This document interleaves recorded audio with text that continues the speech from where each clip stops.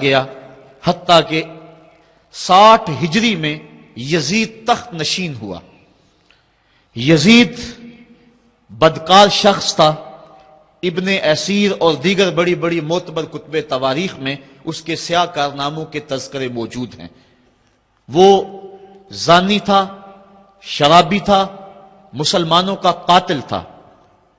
بنت عنب کے ساتھ شہر مکہ اور شہر محبوب مدینہ تو رسول میں جو اس کی بدمعاشیاں ہیں ان سے کون بے خبر ہے۔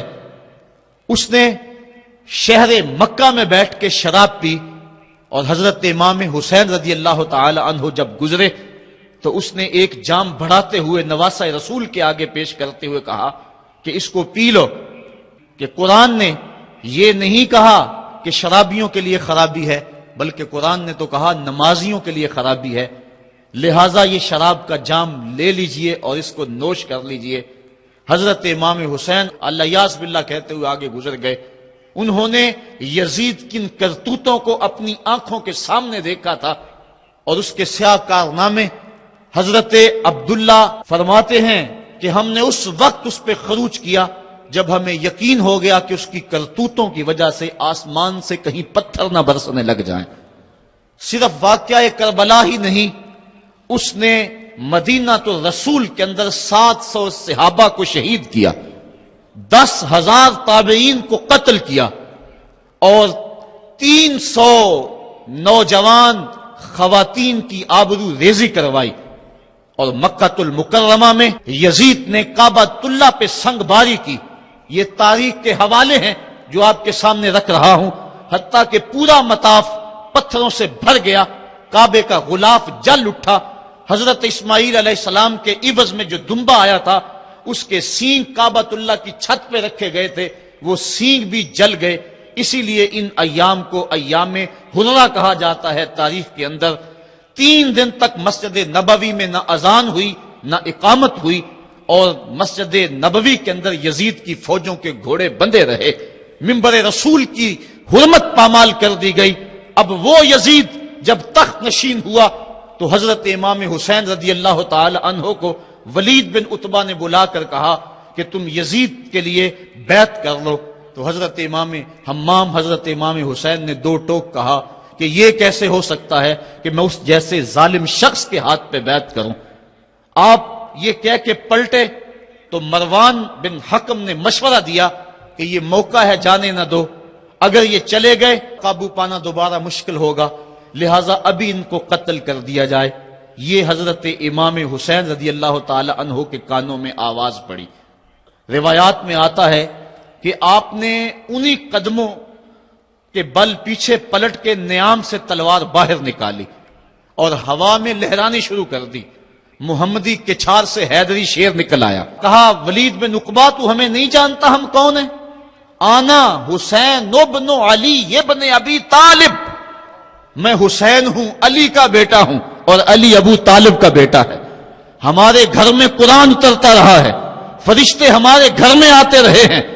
وَيَزِيدُ ابن المعاویہ فاسقن فاجرن قاتل النفس مولن بالفسق شارب الخمر، اور یزید فاسق ہے، فاجر ہے، مسلمانوں کا قاتل ہے اور شراب پیتا ہے، اس لیے حسین ڈنکے کی چوٹ پہ یزید کی بیعت سے انکار کرتا ہے۔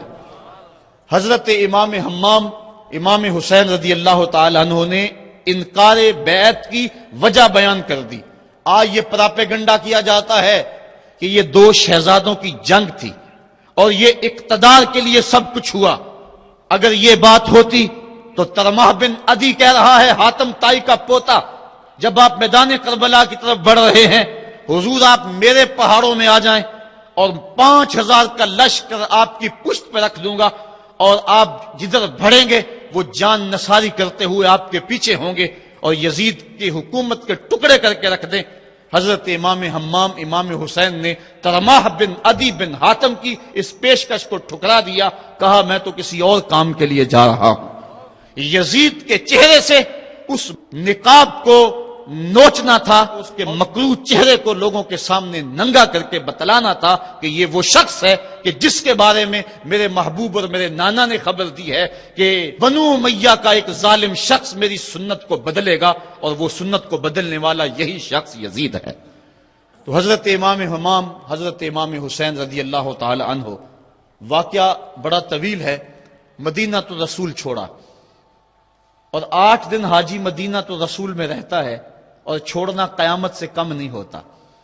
اور حسین تو پیدا مدینے میں ہوئے تھے، ان کا مسکن مدینے میں، وہ کھیلنے کے لیے نکلتے تھے تو مسجد نبوی کا صحن ہوتا تھا۔ حضرت امام حسین کے گھر کا دروازہ مسجد نبوی کے اندر کھلتا تھا۔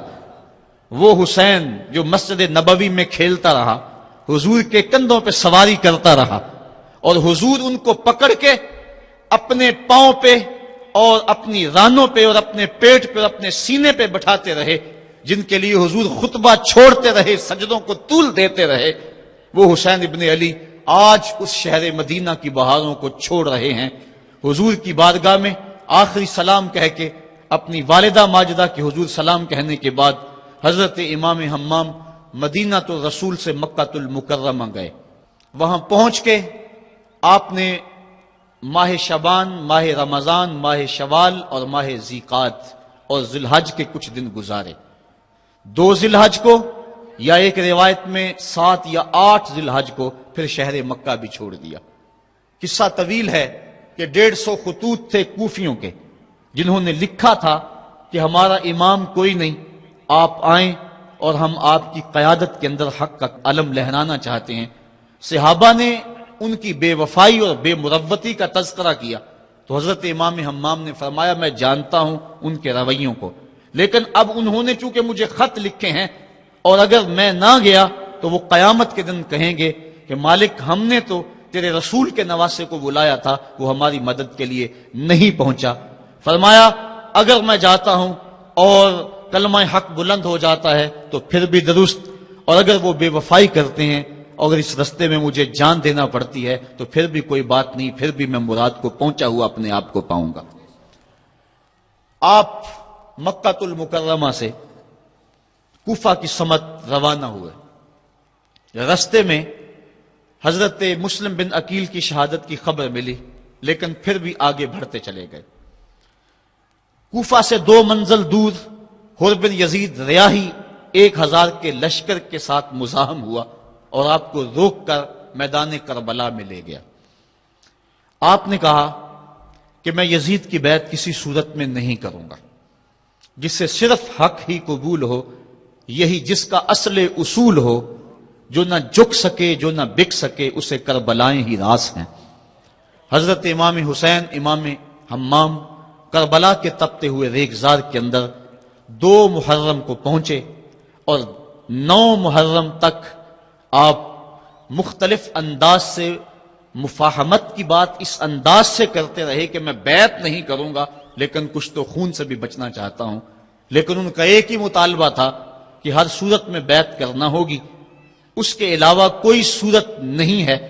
ان کا یہ مطالبہ تھا، ان کی بات یہ تھی کہ بیعت تو میں کسی صورت نہیں کر سکتا، چونکہ انکار بیعت کی جو وجہ آپ نے وہاں بیان کی وہ وجہ بہر صورت موجود تھی، اس لیے کہا کہ کسی صورت میں میں یزید کے ہاتھ پہ بیعت نہیں کر سکتا۔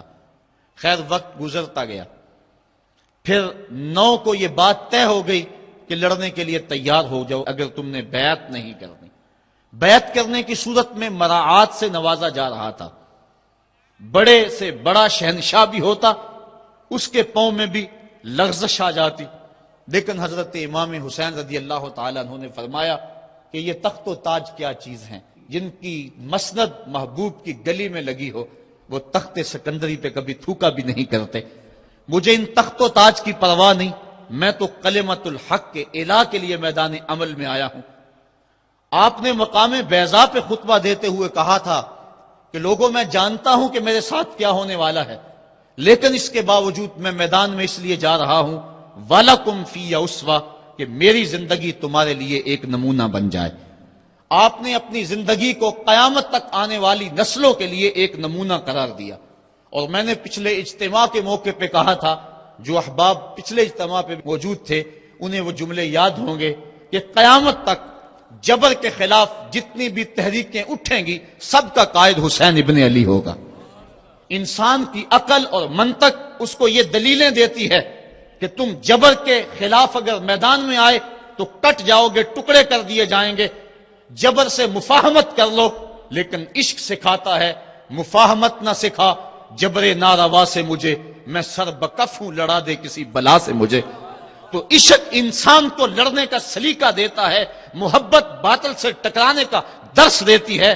کہا میں اس کے باوجود میدان عمل میں جا رہا ہوں اس لیے کہ میری زندگی تمہارے لیے نمونہ بن جائے اور قیامت تک لوگ میری زندگی سے راہیں تلاش کرتے کرتے میری زندگی کو نمونہ بناتے بناتے جبر کے مقابلے میں کھڑے ہو جائیں اور سرخروئی اور کامیابی حاصل پائیں۔ تا قیامت قطع استبداد کرد، موج خون او چمن ایجاد کرد۔ اللہ اللہ بائے بسم اللہ پدر، مانائے ذبح عظیم آیت بسر۔ سرخ رو عشق غیور از خون او، شوخی این مصرع از مضمون او۔ عشق غیور کے چہرے پہ جو سرخی دوڑ رہی ہے یہ حسین ابن علی کے خون کا صدقہ ہے۔ ان کے خون نے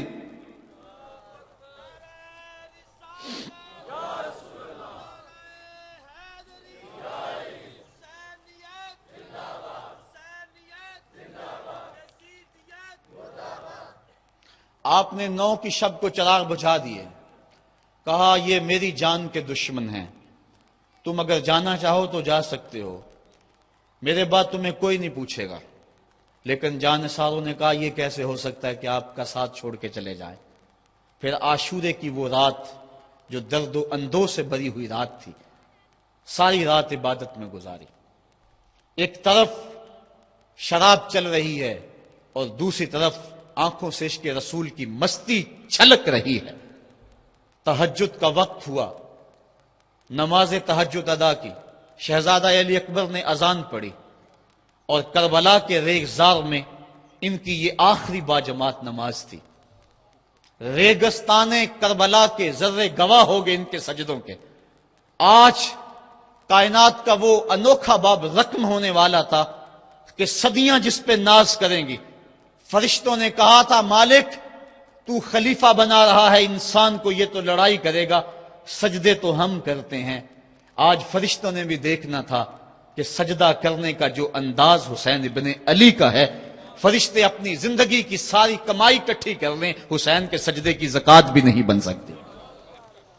جب جبر کی تیغیں چمکنے لگیں اور ایک ایک کر کے آوان و انصار جام شہادت نوش کرنے لگے، کبھی وہب شہید ہو رہے ہیں، کبھی زہر شہید ہو رہے ہیں، کبھی اون و محمد کے لاشیں گر رہے ہیں، کبھی قاسم کی جوانی لٹ رہی ہے، کبھی جواں اکبر کی آواز کربلا کے ریک زاروں میں گونجتی ہے، یا ابا ہو ادرکنی، میرے باپ مجھے پکڑیے۔ تو حضرت امام حمام دوڑ کے جاتے ہیں اور اپنے جواں بیٹے کی لاش کو کندھوں پہ اٹھا کے خیموں تک پہنچا کے ہاتھ فضا میں بلند کرتے ہوئے عرض کرتے ہیں ربنا تقبل منا ھذا القربان، مالک حسین کی یہ قربانی بھی قبول کر لے۔ معصوم علی اصغر کو ہاتھوں میں لے کر جب سوئے فرات بڑھے اور 2 شاخہ تیر ان کے حلق میں پیوست ہوا، چلو میں خون لے کر آسمان کی طرف اچھال کے کہتے تھے مالک میری یہ کمائی تھی، یہ بھی تیرے راہ میں قربان کرتا ہوں، حسین کی یہ ننھی قربانی بھی قبول کر لے۔ اب آیان و انصار اور اہل بیت کی ایک ایک کلی کربلا کے اندر کٹ گئی، فاطمہ کا سارا چمن اجڑ گیا، مصطفیٰ کی آل میدان کربلا کے اندر کٹ گئی۔ اب امام حمام ہاتھ میں تلوار لیے میدان عمل میں آئے اور آپ نے جو آخری خطبہ دیا تاریخ کے اوراق میں موجود ہے، لوگوں میرا حسب و نسب پہچانو میں کون ہوں، میں کون ہوں مجھے پہچانو، جلدی نہ کرو، ناحق خون اپنے ذمے نہ لو، میں وہ ہوں جو رسول کریم کے کاندھوں پہ کھیلتا رہا ہوں اور مجھے حضور نے لوریاں دے دے کے پالا ہے، میں حضور کی زبان چوسا کرتا ہوں۔ اس وقت دنیا پر کسی نبی کی بیٹی کا بیٹا موجود نہیں، میرا حق پہنچانو۔ لیکن اشقیاء کے آنکھوں کے آگے اندھیرا تھا۔ عمر بن سعد جو رے کی حکومت کے لالچ میں سب کچھ کرنے کے لیے تیار تھا، وہ حضرت سعد بن ابی وقاص کا بیٹا ہے، اور یہ وہ صحابی ہے جن کے لیے حضور کہتے تھے فدا کا امی و ابی، اے سعد میرے ماں باپ تیرے اوپر قربان ہوں۔ غزوہ احد کے موقع پہ حضور ان کے لیے کہہ رہے ہیں، لیکن آج وہی میدان میں نکلا ہوا ہے۔ حضرت امام حمام امام حسین رضی اللہ تعالیٰ عنہ پھر میدان عمل میں آئے، اور پھر دشمنان اہل بیت کے ساتھ جس جرت اور پامردی کے ساتھ آپ نے لڑائی کی، اور آپ کی تیغ براں جس طرح ان کے سر کاٹتی اور ان کا خون چاٹتی رہی، تاریخ کے اوراق میں وہ روشن باب موجود ہیں۔ آواز آ رہی تھی، یہ کون ذی وقار ہے، یہ کون شاہ سوار ہے، لباس ہے پھٹا ہوا، چھدا ہوا، کٹا ہوا، لخت لخت کٹا ہوا، پھر بھی ہے ڈٹا ہوا، یہ بال یقین حسین ہے، یہ نبی کا نور عین ہے۔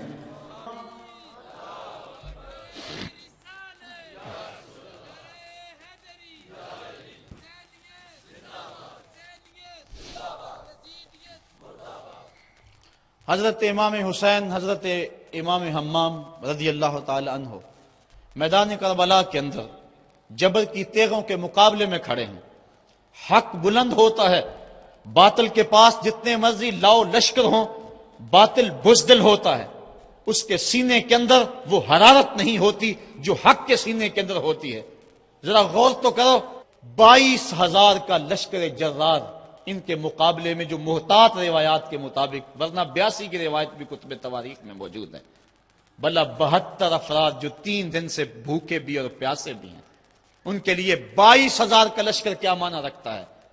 لیکن باطل ہمیشہ بزدل ہوتا ہے، اگر حق میدان عمل میں کھڑا ہو جائے تو کائنات کی کوئی چیز اس کے سامنے نہیں ٹھہر سکتی۔ یہ سبق حضرت امام حمام کی قربانی نے ہمیں پیش کیا۔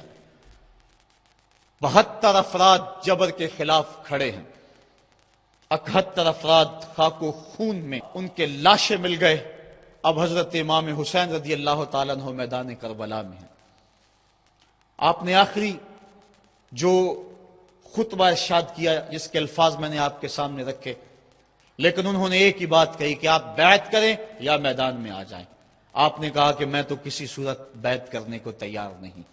پھر میدان عمل میں آئے، ان کو کاٹتے رہے، پھر گھوڑے کو ایڑ لگائی اور فرات کی لہروں میں آئے، پانی کا چلو بھرا اور لشکر اشقیاء کی طرف دیکھ کے کہا کہ تم نے میرے لیے پانی بند کیا، دیکھو آج حوض کوثر پہ بھی حسین کا قبضہ ہے، فرات کی لہروں پہ بھی حسین کا قبضہ ہے۔ لیکن آپ نے اس کے باوجود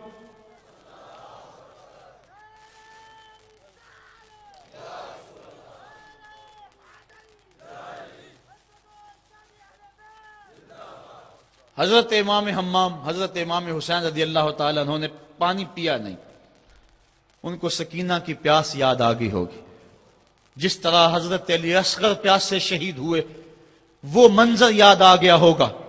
اور دوسری بات یہ تھی، یہ امتحان تھا، اس لیے حضرت امام حمام نے پانی نہیں پیا، لیکن ان کو بتلانا مقصود تھا کہ اگر میں چاہوں تو یہ پانی پہ قبضہ کر سکتا ہوں، اور پھر یہ ساقی حوض کوثر کے نواسے ہیں، اگر یہ اشارہ کرتے تو کوثر کی نہریں چھلک کے کربلا کے میدان میں آ جاتی۔ لیکن امتحان دینا مقصود ہے۔ مصطفیٰ کریم کے ہاتھ بھی اٹھے ہوئے ہیں، اللہم آت الحسین صبرا و اجرا، اے اللہ میرے بیٹے حسین کو صبر بھی بخش دے، اجر بھی بخش دے۔ حضرت امام حمام رضی اللہ تعالیٰ عنہ جبر کے مقابلے میں ڈٹے ہوئے ہیں، آپ کی تیغ براں ان کا خون چاٹتی رہی، پھر انہوں نے یک بارگی آپ کے اوپر حملہ کر دیا۔ حضرت امام حمام نے اس حالت کے اندر بھی اپنی زبان کو روکا اور زبان سے ہائے تک نہیں کی۔ آج شہادت حسین کو تماشا بنا کے رکھ دیا گیا ہے، اس انداز کے اندر اس شہادت کو بیان کیا جاتا ہے جس طرح وہ ترلے اور منتیں کر رہے تھے، پانی پانی کی صدائیں ان کے لبوں پہ تھی۔ نہیں، ایسا نہیں تھا، زخم پہ زخم کھا کے جی، خون جگر کے گھونٹ پی، آہ نہ کر لبوں کو سی، یہ عشق ہے دل لگی نہیں۔ جب محبت کا دم بھرا ہے تو سب کچھ کٹانا ہوگا، اور کٹا کے بھی مسکرانا ہوگا۔ جو محبت کے دعویٰ رکھنے والے ہوتے ہیں ان کا امتحان ہوتا ہے، مشکل موقع پر ہی تو امتحان ہوتا ہے کہ اس موقع پہ یہ دامن صبر کو تھامتے ہیں یا نہیں تھامتے۔ اگر وہ ہائے ہائے کرتے رہے، وہ چیختے اور پکارتے رہے اور وہ پانی کے لیے ہاتھ اور جھولی پھیلاتے رہے، اور جو پانی کے لیے جھولیاں پھیلاتے تھے انہوں نے پھر بیعت کیوں نہ کر لی؟ ان کو اتنا کچھ دیا جاتا تھا، اس کو قبول کیوں نہ کیا؟ انہوں نے یزید کے تخت و تاج کو قبول نہ کیا، یزید سے پانی کیسے مانگتے؟ وہ تو خود حوض کوثر کے والی کے نواسے تھے، وہ اوروں سے پانی مانگتے پھرتے۔ پوری تاریخ پڑھو کربلا کی، آپ کو نہیں ملے گا کہ حضرت امام حسین کی زبان سے ہائے بھی نکلا ہو۔ آپ نے ہر مشکل موقع پہ صبر کے دامن کو تھاما ہے، اور ہر قربانی پیش کرنے کے بعد ہاتھ اٹھا کر یہی کہا، ربنا تقبل منا ھذا القربان، مالک حسین کی یہ قربانی بھی قبول کر لے۔ اس کا یہ مطلب نہیں کہ یہ دکھ کم تھے، اس کا مطلب یہ نہیں کہ مظلومیت نہیں تھی، وہ مصیبتیں تو اتنی تھی کہ پتھر کا کلیجہ بھی شک ہو جائے، کائنات کا کلیجہ چاک چاک ہو جائے، لیکن اس کے باوجود چونکہ ان کے صبر کا امتحان تھا، اور جب آپ کے اوپر پہم تیر برسنے لگے، محتاط روایات کے مطابق 33 زخم تلواروں کے آپ کے بدن پہ تھے، اور 34 گھاؤ نیزوں کے آپ کے جسم پہ تھے، بلکہ بہت سارے نیزوں کی انیاں ٹوٹ گئی تھی جسم میں۔ حضرت امام حسین رضی اللہ تعالیٰ عنہ کا جب پیراہن اتارا گیا اور اس کو جب دیکھا گیا تو 113 سوراخ اس میں تیروں کے تھے، اور گھوڑے کی زین سے جب فرش زمین پر گرے وہ تیر جسم میں اور پیوست ہو گئے۔ گھوڑے کی زین سے فرش زمین پر جب آنے لگے تو کافی عرصہ لگ گیا، چونکہ برچھیوں کی نوکوں پر آپ کتنی دیر تک معلّہ رہے۔ اس وقت گھوڑے کی زین سے فرش زمین پر آئے اور کربلا کی اس تپتی ہوئی ریت کے اوپر پیشانی رکھی، فوارے پھوٹ رہے تھے، کائنات دم بخود تھی، چرخ کہن کانپ رہا تھا۔ آج تک آسمان نے ایسا منظر نہیں دیکھا تھا، آج تک حوروں نے ایسا منظر نہیں دیکھا تھا، سورج بھی منہ چھپا رہا تھا عاشورے کے دن، یہ منظر اس سے بھی نہیں دیکھا جا رہا تھا۔ ریت کربلا کی کپ کپا رہی تھی، دشمنوں کے نرغے میں مصطفیٰ کا نواسا 3 دن کا پیاسا تیروں اور نیزوں کی برسات کے اندر نے پیشانی سجدے میں رکھ دی، اور آخری کلمات یہ تھے، اللہم رضن بقضائک وصبرا علی بلائک تسلیما لامرک سبحان ربی العالی۔ مالک، جو دکھ آئے، اذیتیں آئی، مصیبتیں پہنچی، امتحان آیا، حسین اس پہ راضی ہو گیا، تیرے امر کو تسلیم کر لیا، تیری رضا پہ راضی ہوا۔ سب کچھ قربان کرنے کے بعد مالک حسین تیری تقدیر پہ راضی ہے، مالک تو بھی بتا، تو بھی حسین پہ راضی ہوا ہے یا کہ نہیں ہوا ہے؟ تو حضرت امام حمام کا سر اس وقت تن انور سے جدا کر لیا گیا جب آپ سجدے کے اندر جھکے ہوئے تھے، سجدے میں سر جھکا ہوا تھا کہ دست قاتل نے جدا کر دیا۔ ایک شخص حرم کعبہ کے حج کے لیے آ رہا تھا، لبیک اللہم لبیک کی صدائیں اس کے لبوں پہ تھی کہ اس کی شہادت ہو گئی، وہ فوت ہو گیا۔ آقا کریم کو خبر دی گئی، حضور فرمایا کل جب قیامت کا دن ہوگا تو جب یہ اٹھے گا تو جس حالت میں فوت ہوا اس حالت میں اٹھے گا، اس کے لبوں پہ لبیک کی صدائیں ہوں گی۔ حسین ابن علی کا جب سر کٹا اور جب جسم سے تن انور سے ان کا سر انور جدا ہوا، اس وقت سر سجدے میں رکھا ہوا تھا۔ بندہ جس حال میں جاتا ہے قیامت کے دن اس طرح اٹھایا جاتا ہے۔ باقی لوگ قبروں میں اور انداز میں اٹھیں گے، حسین جب قبر سے اٹھے گا سر سجدے میں رکھا ہوا ہوگا۔ قیامت تک حسین نماز میں ہے، قیامت تک حسین نماز میں ہے، قیامت تک حسین سجدے میں ہے، قیامت تک حسین کا سر اللہ کے حضور جھکا ہوا ہے، اور وقت کے یزیدوں کو للکار رہا ہے، وقت کے یزیدوں تم اپنے اپنے دور میں پر پرزے نکالتے رہو گے، لیکن حسین کا سر اور حسین کے ماننے والوں کا سر کبھی بھی تمہارے سامنے نہیں جھکے گا۔ حسین کا سر کل بھی خدا کے سامنے خم تھا اور آج بھی خدا کے سامنے ہی سر خم ہے۔ تو حضرت امام حسین رضی اللہ تعالیٰ عنہ کا سر اس وقت کاٹا گیا، پھر نیزے کی نوک پہ ڈال کر اس کو بلند کر دیا گیا۔ لشکر یزید نے لوگوں کو اعلان کے لیے کہ دیکھو ہم نے سر انور کاٹ لیا۔ کسی نے کہا ذرا غور سے دیکھو، اس آقا کا سر کٹ کے بھی سر بلند ہے، یہ کٹا ہوا سر بھی سر بلند ہے۔ اور جب سر نیزے پہ چڑھایا گیا تو پیشانی کا رخ زمین کی طرف اور کٹی ہوئی گردن کا رخ آسمان کی طرف۔ تو کسی شاعر نے کہا باں کے سر نیزے پہ اور سوئے زمین ہے روح، یعنی سجدہ ثانی کی ہے آرزو۔ سر نیزے پہ ہے لیکن پیشانی زمین کی طرف ہے۔ رکعت کے 2 سجدے ہوتے ہیں، ایک سجدہ ہوا تھا کہ سر انور کاٹ لیا گیا، نیزے پہ چڑھا ہوا سر حسین دوسرے سجدے کی آرزو میں مچل رہا ہے۔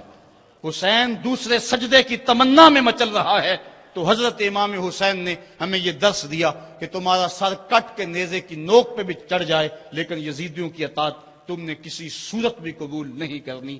آج ایک تو طریقہ یہ ہے کہ ان کی زندگی، ان کے شب و روز اور ان کی قربانی اور ان کی مظلومیت کا تذکرہ کر کے آنسو بہا لیں اور ان سے محبت کا اظہار کر لیں، لیکن یہ روح حسین کو خراج پیش کرنا نہیں ہے۔ کیا حسین نے اتنی بڑی قربانی اس لیے دی کہ لوگ قیامت تک بس روتے رہیں، ان کی آنکھوں سے صرف آنسو بہتے رہیں؟ اگر یہ بات ہوتی تو ان کے پاس راستے سے نکلنے کے، انہیں پہلے ہی خبر دی گئی تھی کہ تم شہید کر دیے جاؤ گے، وہ اپنے نانے سے عرض کر دیتے کہ میرے لیے دعا کر دے کہ میری مصیبت ٹل جائے، تو مصیبت ٹل جاتی۔ اتنی بڑی قربانی اور اپنا سارا کنبہ کربلا کے تپتے ہوئے ریگزار کے اندر لے کر حاضر ہو گئے، تو یہ اس لیے تھا کہ لوگ صرف آنسو بہا کے خراج پیش کر دیں؟ نہیں، امام کا مقصد تھا جو میں نے مقام بیضا کے خطبے کے حوالے سے آپ کے سامنے رکھا۔ فرمایا وَلَكُمْ فِيَّ أُسْوَةٌ، میں اس کے باوجود میدان عمل میں اس لیے جا رہا ہوں کہ میری زندگی تمہارے لیے نمونہ بن جائے اور وقت کے یزیدوں کے سامنے تم کھڑے ہونے کے لیے تیار ہو جاؤ۔ آج روح حسین پکار پکار کے کہہ رہی ہے کہ میرے ماننے والوں، وقت کے یزید دندناتے پھر رہے ہیں اور تم صرف آنسو بہا کے میری روح کو خراج پیش کرنا چاہتے ہو۔ میری روح یوں ہی خوش نہیں ہوگی، میں تو خوش تب ہوں گا جب تم کربلائیں سجاؤ گے، جب تم وقت کے یزیدوں کے سامنے کھڑے ہو کے میری للکار کو تازہ کرو گے تو پھر میری روح سرشار ہو جائے گی کہ اپنے نانے کی امت کو جو پیغام دے کر گیا ہوں وہ پیغام آج بھی زندہ ہے۔ کربلا کا مقصد یہی نہیں کہ ہم اس دن کو ایک یوم سیاہ بنا دیں اور چند لمحوں کے لیے چیخو پکار کر کے پھر وقت کے یزیدوں سے ساز باز کر لیں، نام حسین کا لیتے رہیں اور کام یزید کرتے رہیں۔ وہ کیا کسی نے کہا تھا کہ نوحہ خانی سے فقط ممکن نہیں تیری نجات، اور بھی کچھ کہہ رہی ہے رزم گاہ کائنات، کر رہی ہے سرزمین کربلا شرح حیات، تک رہی ہے چشم حسرت سے تجھے نہر فرات۔ راہ حق میں اب جنون سرفروشی عام کر، اس طرح روشن حسین ابن علی کا نام کر۔ حسین ابن علی کا نام اگر تم نے لیا ہے، حسین کا نام لینا اس بات کی دلیل ہے کہ بندہ جبر کے مقابلے میں کھڑا ہے۔ حسینی تو تبھی کہلائے گا، لیکن اگر قافلہ یزید میں ہو اور نام حسین کا لیتا ہو، وہ تو فرزدق نے بھی کہا تھا حضرت میں کوفے سے پلٹ کر آیا ہوں، میں نے دیکھا ہے کہ کوفے والوں کی تلواریں یزید کے ساتھ ہیں، دل آپ کے ساتھ ہیں۔ اگر تلواریں یزید کے ساتھ ہوں اور دل حسین کے ساتھ ہو تو اس کو قبول نہیں کیا جائے گا۔ جب کوفے والے رونے لگے، جب یہ مقدس اور ملکوتی قافلہ کوفے کے بازاروں میں داخل ہوا اور وہ شہزادیاں جنہوں نے بازار بھی نہیں دیکھا تھا، ان کو بازار سے جب گزارا گیا، وہ سیدہ زینب، لوگوں ایک بات کہتا ہوں، حضرت امام حسین نے کربلا فتح کیا اور سیدہ زینب نے دمشق فتح کیا۔ سیدہ زینب نے قیامت تک کی عورتوں کی لاج رکھ لی اور قیامت تک کے لیے درس دیا کہ اگر باطل کے سامنے حسین نہیں جھکا تو باطل کے سامنے زینب بھی نہیں جھکی۔ زینب کی عظمت کو بھی سلام، حسین ابن علی کی عظمت کو بھی سلام۔ تو جب کوفے میں داخل ہوئے اور وہ رو رہے تھے، ان کی آنکھوں میں آنسو تھے، تو حضرت امام زین العابدین نے کہا کہ اب تمہارا رونا کیا معنی رکھتا ہے؟ کیا تم نے خود ہمیں بلایا نہیں؟ تو یزید کے ساتھ اگر تلوار ہے تو پھر نام حسین لینا فائدہ مند نہیں ہوگا۔ حسین کے نام لینے والے وہی ہیں جن کا دل بھی حسین کے ساتھ ہے، جن کی تلوار بھی حسین کے ساتھ ہے۔ آئیے وقت کی کربلا میں پھر حسین کا کردار ادا کریں۔ آج بھی گلی گلی یزید دندنا رہے ہیں، کچھ مقامی یزید ہیں، کچھ بین الاقوامی یزید ہیں۔ آج نبی کے دین کی قدروں کو پامال کیا جا رہا ہے۔ دنیا کا سب سے بڑا یزید بش ہے اور اس کے حواری ابن زیاد ہیں۔ اللہ کی حدوں کو توڑا جا رہا ہے اور یزیدی ٹولہ آج پھر حکمرانی کے مزے لے رہا ہے، اور وقت سخت اور مشکل ترین حالات میں داخل ہو چکا ہے۔ اس وقت فحاشی اور عریانی کا شیش ناک پھنکار رہا ہے۔ اگر ہم چند لمحوں کے لیے مل بیٹھ کے آنسو بہا دیں اور سمجھیں کہ حق ادا کیا، ہم حق ادا نہیں کر پائے۔ آئیے یہاں سے حسین ابن علی کا پیغام لے کے گھر گھر پہنچے اور ان کے نام کا ڈنکا بجا دیں، وقت کے یزیدوں پہ راشا طاری ہو جائے۔ ہمارا کردار، ہمارا عمل، ہماری للکار حسین ابن علی کی جانشینی میں ہو، اور پھر ہمارا اٹھنے والا قدم آگے بڑھتا رہے۔ ادارت المصطفیٰ کا یہی پیغام ہے، کربلا کا وہ پیغام اور کربلا کا وہ فرض ہمیں پکار رہا ہے کہ ہم میدان عمل میں آئیں، مصطفیٰ کریم کے دین کو لے کر گلی گلی نکلیں۔ آج جس طرح ظلم گلی گلی موجود ہے، وہ کیا کسی نے کہا تھا کہ ظلم بچے جن رہا ہے کوچہ و بازار میں، عدل کو بھی صاحب اولاد ہونا چاہیے۔ آج ہم نے بھی میدان عمل میں بڑھنا ہے۔ ادارت المصطفیٰ کے پلیٹ فارم سے درس قرآن کی جو تحریک اٹھی ہے، وہ حق کی آواز ہے، اور پاکستان کے طول و عرض کے اندر یہ نعرہ مستانہ بلند ہو رہا ہے کہ ہم قرآن کا پیغام لے کر گلی کوچوں میں جائیں گے۔ آج کا پیغام آپ کو دینا چاہتا ہوں، ہم راہی جہد و عظیمت کے منزل پہ جا کے دم لیں گے۔ ہم راہی جہد و عظیمت کے منزل پہ جا کے دم لیں گے، میدان عمل میں نکلے ہیں باطل کو مٹا کے دم لیں گے۔ ہم دہر کے ظلمت خانوں میں قرآن کا نور پھیلائیں گے، ہم کانٹوں کی ہر بستی میں سنت کے پھول سجائیں گے، ہر گھر میں عشق رسالت کے ہم دیپ جلا کر دم لیں گے۔ ہم راہی عزم و عظیمت کے منزل پہ جا کے دم لیں گے۔ ہم وارث شیخ مجدد کے شاہوں سے بغاوت کرتے ہیں، ہم وارث شیخ مجدد کے شاہوں سے بغاوت کرتے ہیں، ہم وقت کے ہر ایک اکبر سے اعلان نفرت کرتے ہیں، ہم خادم دین محمد کے ایک رب کی عبادت کرتے ہیں، لا دین اور کافر سوچوں کو سولی پہ چڑھا کے دم لیں گے۔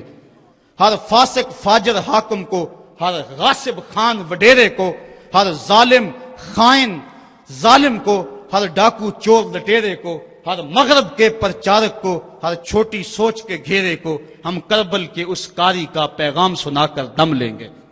آفاق کے ہر ہر گوشے میں قرآن سنا کر دم لینا، اب رکنا نہیں، اب تھمنا نہیں، فردوس میں جا کے دم لینا۔